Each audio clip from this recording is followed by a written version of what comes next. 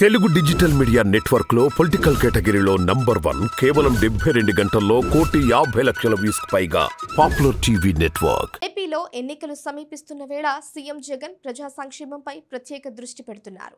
రాష్ట్రంలోని పేదలందరికీ లబ్ధి చేకూరేలా వరుసగా గుడ్ న్యూస్లు చెబుతున్నారు. ఈ నేపథ్యంలోనే తాజాగా రేషన్ కార్డు హోల్డర్లకు గుడ్ న్యూస్ చెప్పారు. ప్రజా పంపిణీ వ్యవస్థను బలోపేతం చేస్తూ ఏపీ సీఎం కీలక నిర్ణయాలు తీసుకున్న సంగతి తెలిసిందే.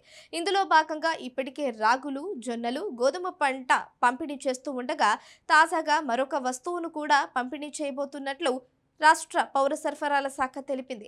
రాగులు, జొన్నలు, గోధుమ పిండికి తోడుగా రాగి పిండిని కూడా పంపిణీ చేయడానికి ఆంధ్రప్రదేశ్ ప్రభుత్వం సిద్ధమవుతోంది. మార్చి 1 నుంచి రేషన్ కార్డు హోల్డర్లకు రాగి పిండిని కూడా సప్లై చేస్తామని రాష్ట్ర పౌర సరఫరాల శాఖ పేర్కొంది.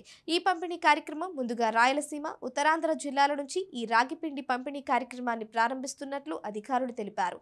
పౌష్టికాహార భద్రత లక్ష్యంగా ప్రజల కోసం ప్రభుత్వం ఈ నిర్ణయం తీసుకోనుంది. ఈ రాగి పిండిని కిలో ప్యాకెట్ల రూపంలో అందించబోతున్నారు. ప్రస్తుతం ఈ మార్కెట్లో కిలో 40 రూపాయల పైనే పలుకుతూ ఉండగా రేషన్ కార్డు హోల్డర్లకు కిలో 11 రూపాయలకే పంపిణీ చేసేందుకు సిద్ధమవుతోంది. మార్చి 1 నుంచి ఈ రాగి పిండి ప్యాకెట్స్ ఇవ్వబోతున్నారు. ప్రస్తుతం ఒక్కొక్క కార్డుకు ఇస్తున్న బియ్యంలో కిలో బియ్యం బదులు రాగులు ఇస్తున్నారు. ఈ రాగులను మిల్లింగ్ చేసుకుని ప్రజలు వాడుతున్నారు. అయితే లబ్ధిదారులకు మరింత సౌకర్యవంతంగా ఉండేలా ఇకపై నేరుగా రాగి పిండి పంపిణీ చేయడానికి సిద్ధమైంది.